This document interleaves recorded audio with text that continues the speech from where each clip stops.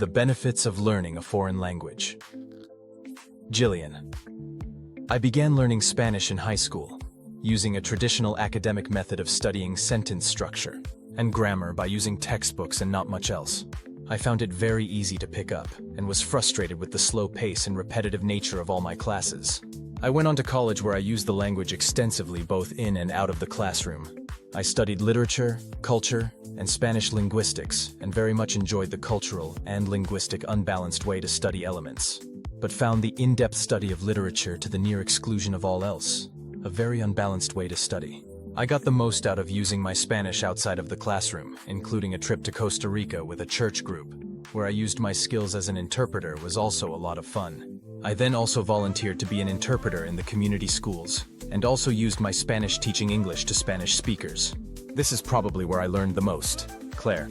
In college I studied Norwegian just for fun, having already mastered a second language. I found out that learning a third one was incredibly easy. I routinely astonished my classmates by picking things up immediately, while they were struggling to learn the material. I believe this is just because I had already learned a second language, so learning a language had become easy to me, as it may not be to someone only fluent in their native language. What I really liked about learning Norwegian was that the instructor used the language from day one. We had to listen carefully and absorb the language by hearing it and taking in visual cues. We also used songs and videos to get a taste for the culture as well as the language. Sadly, I rarely have use for my Norwegian, other than the occasional translation of Danish for genealogical research, but I'm still very glad I learned it, and hope to use it one day on a trip to Norway. Eric. It started on a lovely day when I bought a book on how to learn Ukrainian. It's a very fun language, although the grammar is amazingly difficult. I personally advise you to learn this language working with it. For me, immersion is the only way to really learn a foreign language. And that means going to a place where everyone speaks the language you want to learn and living there.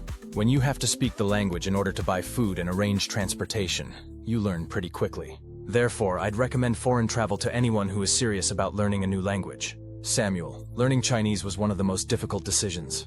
Tone changes bewildered me. As I immersed myself in books, I came to find out that Chinese was the mother of difficult languages. The writing style, as I tried to write after reading books, came to be very difficult. Before I came to the decision to learn Chinese, I came to other languages I might want to learn, such as the Romance languages, French, Italian, Spanish. As being part French, I wanted to learn it, but it didn't seem much of a challenge, so I scanned the books and ran across Chinese, which I had wanted to learn since I was 5, but it had seemed so impossible then. If you decide to learn this language, I advise to be fully aware of tonal changes, the writing style, and the complex vocabulary lessons. It takes several hundred hours, maybe a few thousand, of study to become proficient. So the best advice is don't give up.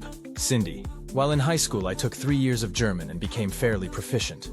The hardest part for me, and I think a lot of people, was the sentence structuring. Most languages structure their sentences backwards, and that is very confusing.